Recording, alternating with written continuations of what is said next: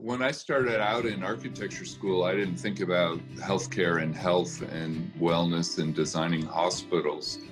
There was a fellowship offered from a firm out of Boston, and my fifth year design professor, Fount Smothers, asked me to apply for it. Started out as an intern architect and eventually became a studio director and then the director of the whole health group at HKS. And now I actually lead what's called community, which is a sector that includes health, education, federal government structures, and our advisory group. Healthcare is a unique part of architecture and design. We also have our own research group that started years ago because we felt that it was so important that we do research elements in architecture. It's been proven through research that reduced stress helps you heal faster and helps you use less medications. Once we created antibiotics and medicines and air conditioning was, invented, we started sealing up our buildings, all of our buildings, not just hospitals. And they just became warehouses for science. We're trying to reverse that and create large areas of glass, areas for people to get outside, great places for people to escape to. Now we're bringing in hotel design into healthcare.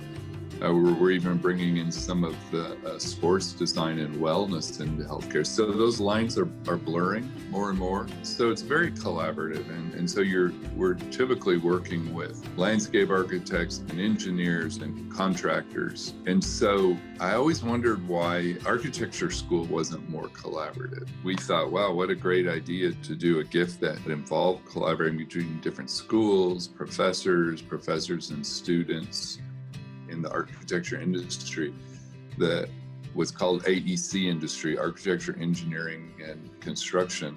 Up until a few years ago, had not really been majorly innovative or had new breakthroughs for almost 100 years as far as the process on how buildings are delivered. Now there's buildings that are 3D printed. Modular construction is becoming commonplace. And so we need to figure out how to build buildings better and faster and more efficiently.